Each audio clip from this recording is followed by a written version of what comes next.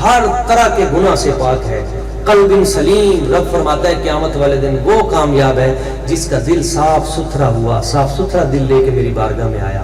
وقد خواب من دساہا، اور جس نے اس نفس کو ناپاک کر لیا، وہ اگرچہ جتنا ہی امیر ہو اور جتنے ہی اعلیٰ عہدے پہ فائز ہو، قد خواب من دساہا، جس کا نفس ناپاک ہے، جس کا وجود ناپاک ہے، جس کا ذہن ناپاک ہے، جس کے خیال آلودہ ہیں، اور میں کہا کرتا ہوں جس کا موبائل ناپاک ہے، کیونکہ یہ جو موبائل ہے نا یہ بھی فتنوں کا گڑھ ہے۔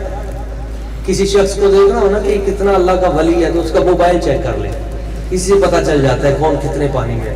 تو جس کا موبائل پاک ہے، جس کا دماغ پاک ہے، جس کا دل پاک ہے، اللہ تعالیٰ فرماتا ہے وہ کامیاب ہے، اور جس کا دل ناپاک ہے قد خواب من دساہا، وہ تباہ و برباد ہے، وہ کسی کام کا نہیں ہے، سب کچھ ہونے کے باوجود بھی اس کے پاس کچھ نہیں ہے۔ اللہ کریم کی بارگاہ قدس میں دعا ہے کہ وہ ہمارے دلوں کو پاک کر دے، ہمیں نیکوں کی نسبت عطا کر دے، نیک لوگوں کی معیت عطا کر دے، متقین کے ساتھ ہمارا حشر کرے۔ جب ہم قیامت والے دن اٹھیں تو نبی پاک صلی اللہ علیہ وسلم حضور کی رحمتوں کے سائے تلے اٹھیں۔ بار دیگر میں شکر گزار ہوں قبلہ پروفیسر محمد ندیم ناز صاحب، ہمیں ان کی دوستی پہ ناز ہے، اللہ ان کو سلامت رکھے، اس پورے ادارے کو سلامت رکھے، یہاں کے اساتذہ، یہاں کے طلباء، یہاں کی طالبات، ہماری بیٹیاں، اللہ سب کو اچھے مقدر والا بنائے، آمین۔ وما علینا الا البلاغ۔